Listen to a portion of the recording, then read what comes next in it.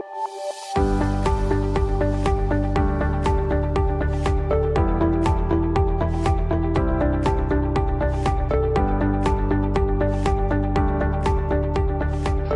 work quite a bit with food processors. So many of you may have food processing equipment contracts. And this was an excellent opportunity to work with those food processors to get the farmers to participate with our spirocarbon carbon credit project. So I look to you as professionals because you have those contacts throughout the country. And I want to end with one last statement that it's a scripture that I always like to quote. When you do it unto the least of these, my brethren, you do it unto me. Come be involved with good works to help the Philippine farmers have a better quality of life and to help solve global warming for the whole planet. Thank you very much. Thank you, Dave. I think we have a question here in the floor. Good morning, sir. I am Gina Lorenzo from Nueva University of Science and Technology. What could your young moon could do or could offer to us so that we could establish or we could partner with you for our so in order to help us or we could help each other in this endeavor of mitigating climate change. Thank you. Yeah, absolutely. Here, everybody is welcome to the community. And two, we could do what's called a MOA or educational partnering agreement with your university. But we'll create that dialogue, see what's the good fit, and what make things work right. You know, you just so that we have an effective partnership. I'd like to add briefly an additional dimension to Greg's answer. Another specific way, very specific way, in which campus-based researchers could work with us, or if you want to look at it as a benefit, another way that campus-based researchers could benefit from the partnership with us, from a partnership with us, is if a research lab has a intellectual property that it wants to commercialize, but in order for it to commercialize said IP, it needs to evolve it a little bit more, you know what I mean? So that it can do a lot more things. So in that scenario, we can work together in identifying, in doing two things.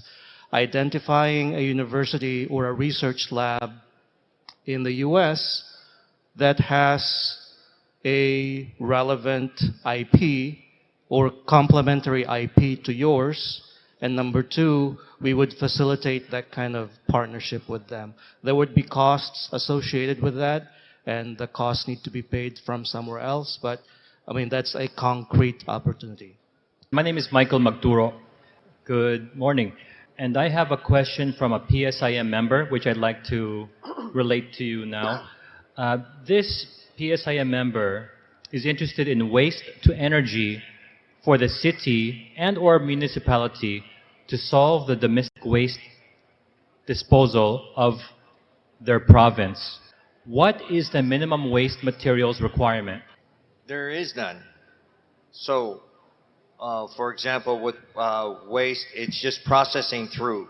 So whether it be solid waste, it could be material, tires, it could be plastic, or it could be hardwood.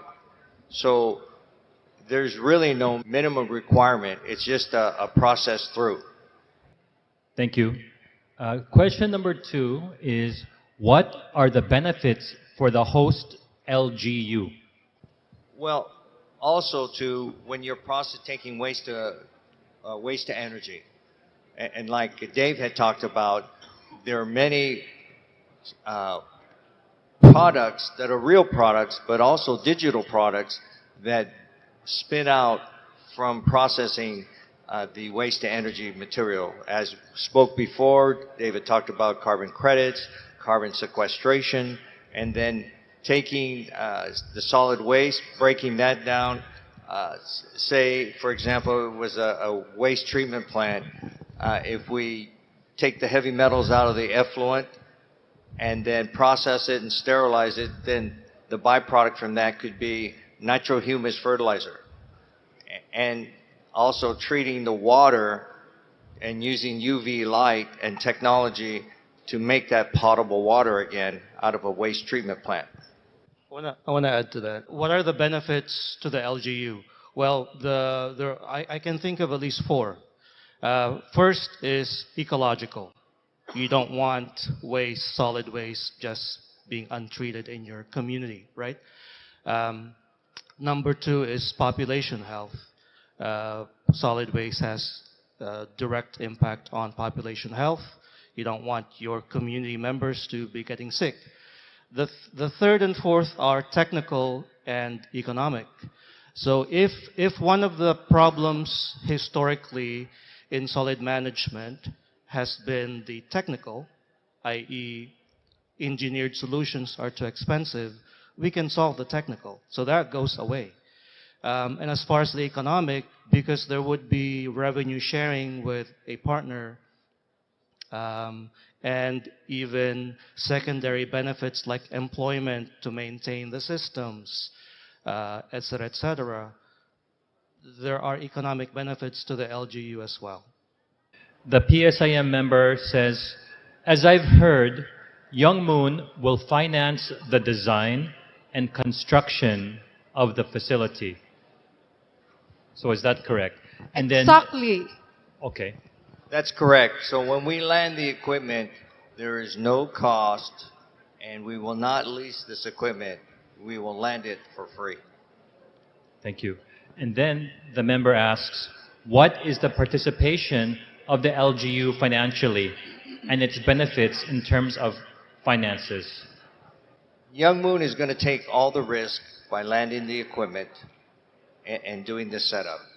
Then it comes down to a negotiated revenue stream, revenue sharing, I stand corrected, of all the byproducts that come out of that process, talking carbon credits, renewable energy credits, and also if it's water, whatever commodity that comes out of that, there will be revenue sharing. In addition, for example, the project is about the water system and distribution in the locality. There will be no capital expenditure, no CAPEX, no operational expenses from the local government unit. All will be funded, technology, funding, financial, by the Young Moon. But the Young Moon will request some contract agreement that this will be an operation for a certain number of years, and we will charge, the Young Moon will charge for just enough, just minimal, to cover all the expenses, because their programs is philanthropical, sir. Sir Greg, this is part of the philanthropy. And the members will also have the share of the blessings. And we would like to thank Young Moon Incorporated for believing, trusting the PSIM. Thank you so much, sir. So before that, we will award this plaque of appreciation to Young Moon and Associates. So Press Cleo. So I would like to read this plaque of appreciation. Pambansang Samahan ng Inhinyero Mechanical Incorporated. Award this plaque of appreciation to Mr. Greg Wakatsuki and Associates as a resource speaker for this technical panel discussion. Dated October 7, 2022, SMX Convention Center, Pasay City, Manila.